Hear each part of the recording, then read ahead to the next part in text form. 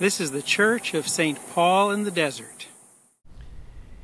In the name of the eternal majesty, the incarnate Word, and the abiding Spirit, one God. Amen.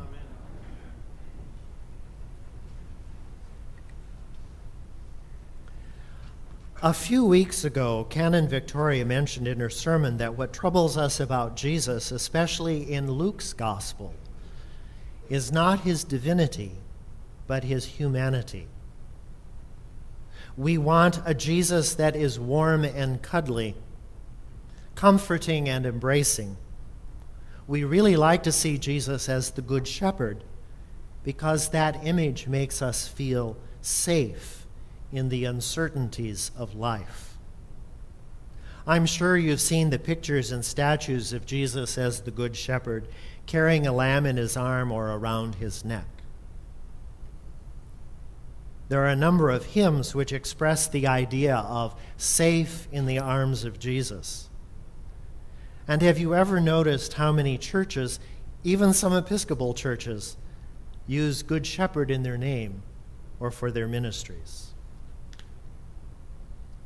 In today's gospel reading, Jesus tells a story about a shepherd. It's truly a lovely story about a brave and loving shepherd who risks his life to rescue a single lost sheep. And immediately, we think of Jesus as the Good Shepherd. And we know that everything will turn out all right because Jesus is the Good Shepherd. But in our real life experience, we know that everything does not turn out all right.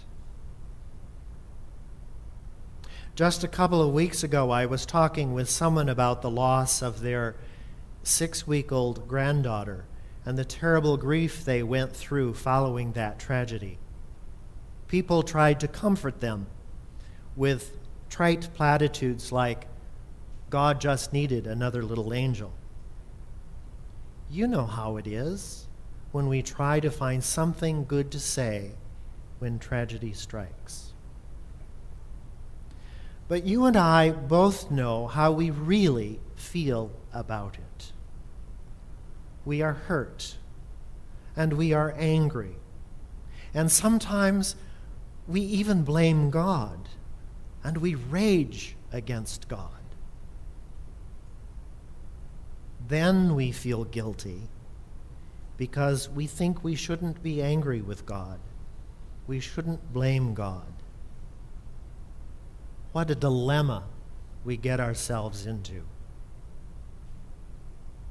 But I believe that God is hurt and angry about those tragedies too, and joins us in our grief. Let me tell you about Justin, and I have permission to tell his story. I met Justin in 2004. At the time, he was only 13. He was faithfully in church every Sunday with his parents and sister, and whenever his dad ushered for a service, there was Justin beside him, assisting with the ushering. We watched Justin grow up beside his dad from a boy into a handsome young man, taller than his dad, as every boy wishes, always there to assist his dad with the ushering. And what a special joy it was on those occasions when they were ushering that his mom and sister were also assisting at the altar as acolyte, crucifer, or chalice bearer. All 4 members of the family actively participating in the worship life of the parish. The same thing happened every Advent as the parish began preparations for Christmas. Justin was active with the rest of the family to administer the Adopt a Family program each year. Imagine the parish hall filled with enough donations from members of the parish for gifts to 300 families.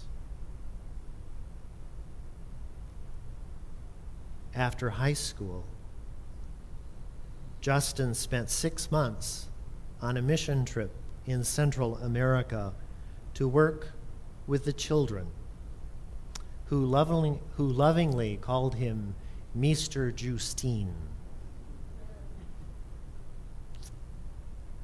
But what I remember most about Justin was his profoundly insightful comments at the door of the church whenever I preached. And I knew that for his sake, I had to do a good job. He was the kind of young man that gives us hope for the future.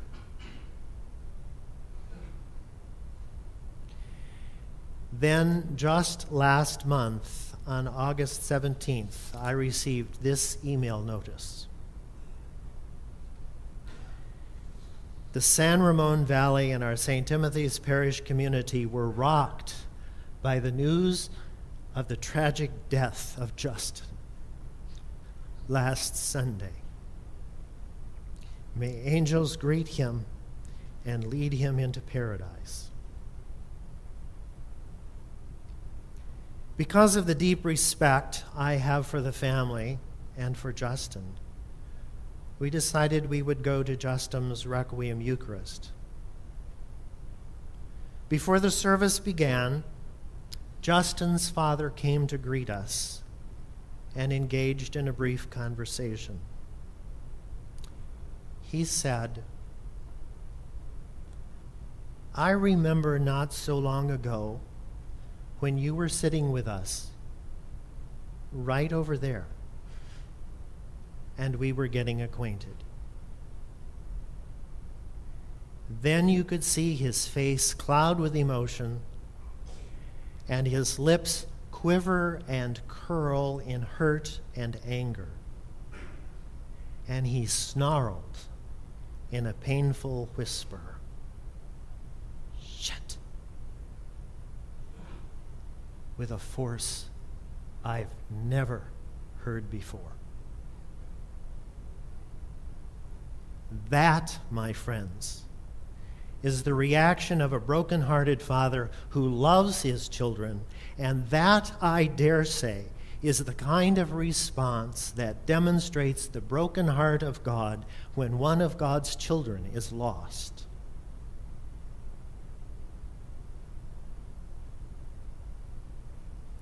God reaches out to bring us in when we are lost, into the fold, and then God keeps us in the fold.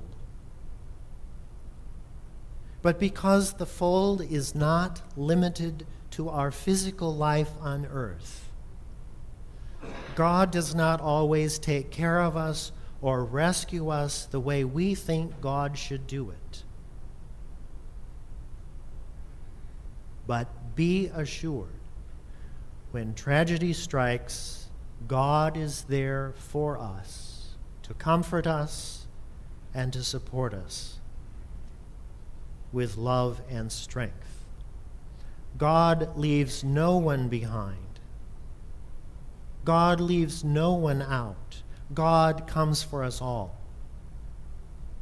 God rejoices over us when we return to the fold.